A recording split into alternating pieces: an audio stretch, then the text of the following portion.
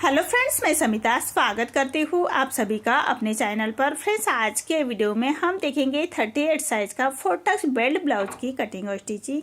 तो ये main fabric और अस्तर का फैब्रिक लिया है। तो सबसे पहले हम अस्तर के फैब्रिक पर बैक पार्ट का मेजरमेंट लेंगे, उसके बाद हम फ्रंट पार्ट निकालेंगे।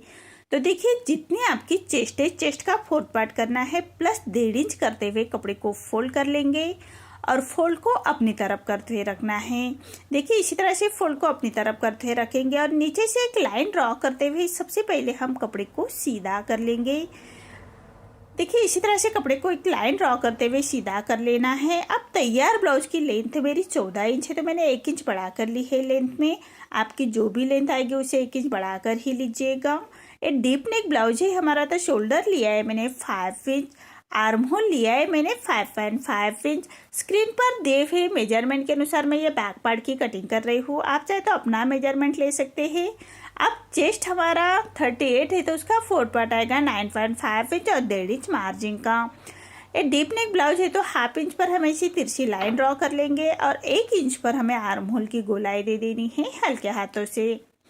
देखिए, इसी तरह से आर्म होल की गोलाई दे देंगे। अब हमें कमर का मेजरमेंट लेना है। तो कमर हमारी 32 आ रही है, तो उसका 4th पार्ट आएगा 8 इंच। 1 इंच बैक पार्ट की प्लेट्स के लिए और 1.5 इंच मार्जिन का। देखिए, इसी तरह से मार्जिन की लाइन ड्रॉ कर लेंगे। आप चाहे तो 2 इंच तक मार्जिन रख सकते हैं। अब हमने जैसे मार्किंग की है उसी के बराबर से हमें बैक पार्ट को कट कर लेना है और फ्रंट पार्ट निकालेंगे। नीचे से भी फैब्रिक को हमें इसे सीधा कट करना है। अब हमने जितने बैक पार्ट की फोल्डिंग रखी है उसे 1.5 इंच बढ़ाकर हमें फोल्ड करना है कपड़े को। आप चाहे तो ओपन पार्ट भी अपने तरफ करते रख सकते हैं। ये फ्रंट ओपन ब्लाउज है, तो नीचे से कपड़े को सीधा कर लेंगे और बेल्ट ब्लाउज है तो 1 इंच पर हमें एक लाइन ड्रॉ कर लेनी है और फ्रंट ओपन है तो फ्रंट साइड में हमें हाफ इंच पर एक लाइन ड्रॉ कर लेंगे। अब दोनों लाइन छोड़ते हुए हमें बैक पार्ट रखना है और as it is back part की हम मार्किंग करेंगे।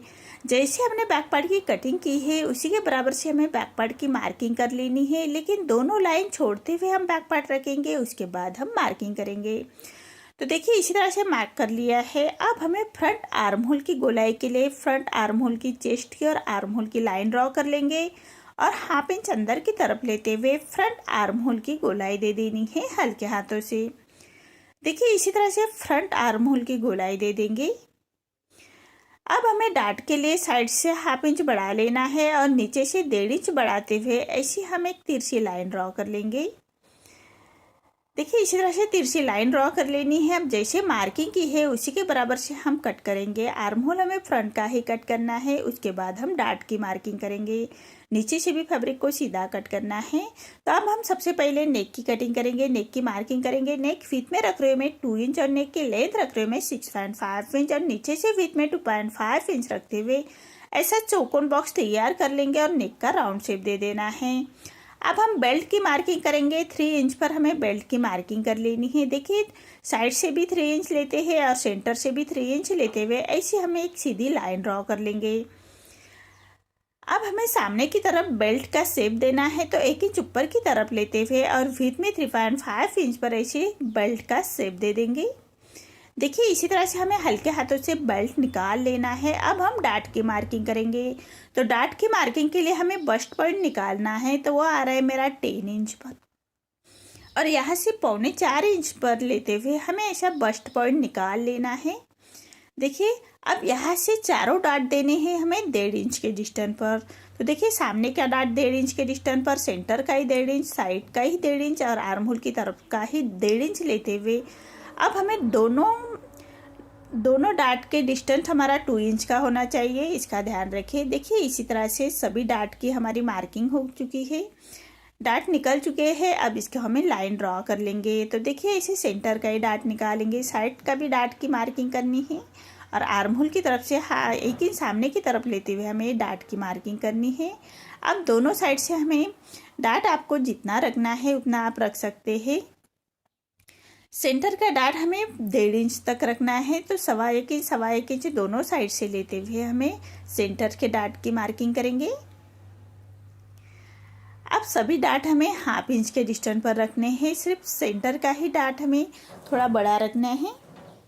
तो देखिए, इसी तरह से डार्ट की मार्किंग हो चुकी है। मैं कोशिश करती हूँ हमेशा इजी मेथड से बताने की। तो देखिए जैसे हमने मार्किंग की है उसी के बराबर से हमें सभी पार्ट कट करने हैं। सबसे पहले हम नेक को कट करेंगे और ये फ्रंट ओपन है तो सेंटर से भी हमें कट करना है और बेल्ट अलग कर लेंगे। तो देखिए इसी तरह से कट कर लेना है। बेल्ट को हम ऐसे छाट लेंगे। अब हमें डार्ट दोनों साइड में बराबर आने के लिए फैब्रिक को ऐसे पलटा लेंगे और पलटाने के बाद एक के ऊपर एक रखते हुए थोड़ा थपथपा लेंगे। अब दूसरे पार्ट में भी हमारे डार्ट आ चुके हैं, उसको हमें गहरा कर लेना है। तो देखिए इसी तरह से उसको डार्क करते हुए मार्किंग कर लेंगे। अब इसी तरह से हमें मेन फैब्रिक के साथ कट करने हैं। सभी पार्ट हमें मेन फैब्रिक के साथ कट करेंगे। तो मेन फैब्रिक कट करते वक्त 1/2 इंच बढ़ाकर ही कट कर लीजिएगा मेन फैब्रिक को। तो देखिए बैक पार्ट मैंने कट कर लिया है मेन फैब्रिक के साथ। अब हमें बेल्ट भी हमने कट किया है और ये पार्ट भी हमने कट किया है।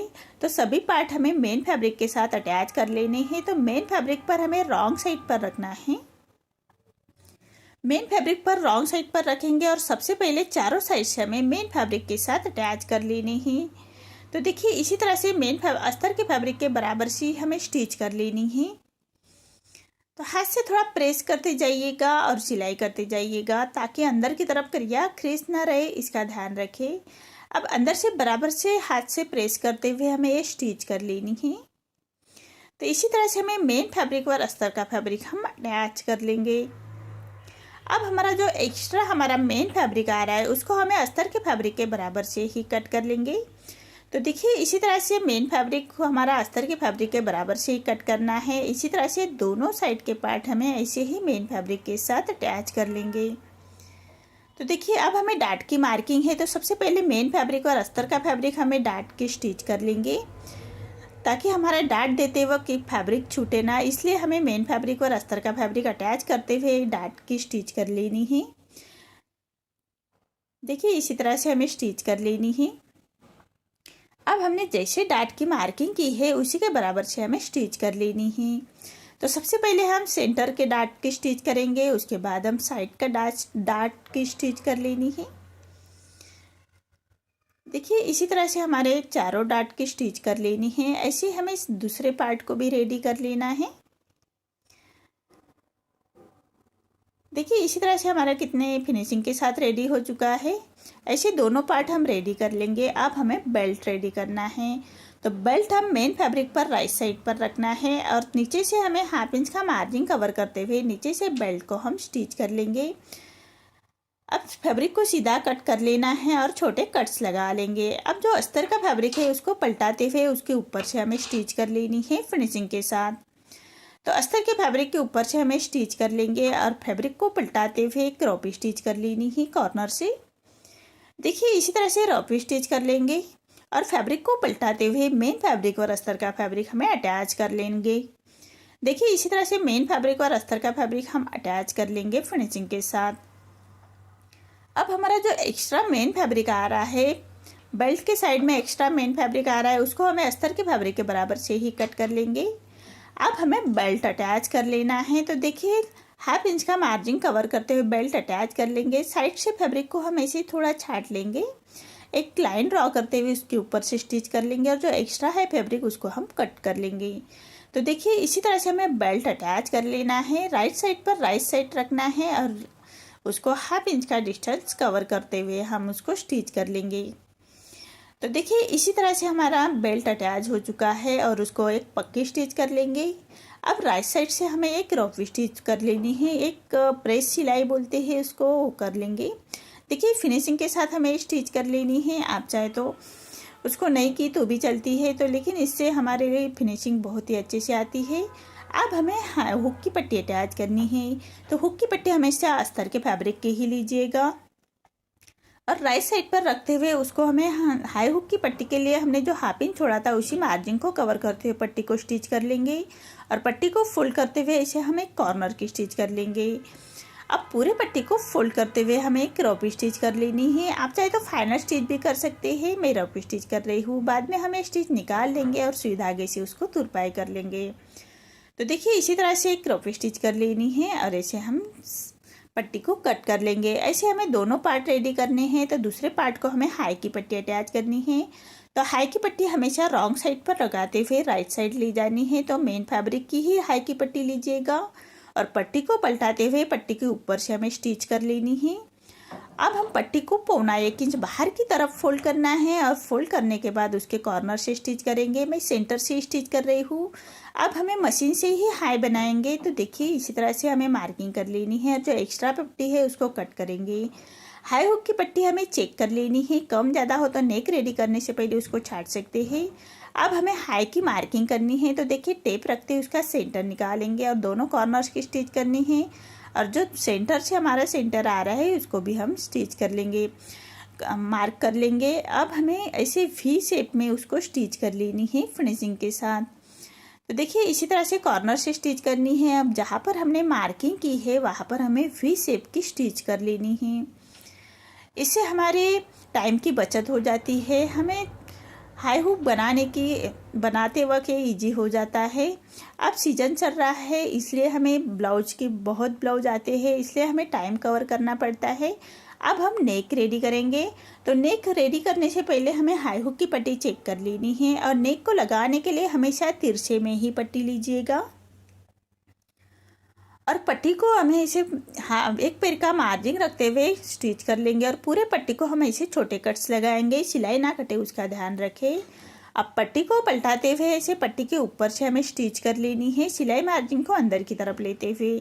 अब पट्टी को फोल्ड करते हुए पट्टी के कॉर्नर से स्टिच कर लेंगे। देखिए इसी तरह से पट्टी के कॉर्नर से स्टिच कर लेनी है और जो एक्स्ट्रा हमारी पट्टी आ रही है उसको हम ऐसे कट कर लेंगे। तो देखिए इसी तरह से एक्स्ट्रा पट्टी को हमें कट कर लेना है और पूरे पट्टी को फोल्ड करते हुए क्रॉप स्टिच कर लेंगे। देखिए इसी तरह से पूरे पट्टी को फोल्ड करते हुए क्रॉप स्टिच कर लेनी है। बाद में हमें तुरपाई कर लेंगे। देखिए इसी तरह से हमें दोनों पार्ट रेडी कर लेने हैं। देखिए कितनी फिनिशिंग के साथ मेरे दोनों पार्ट रेडी हो चुके हैं।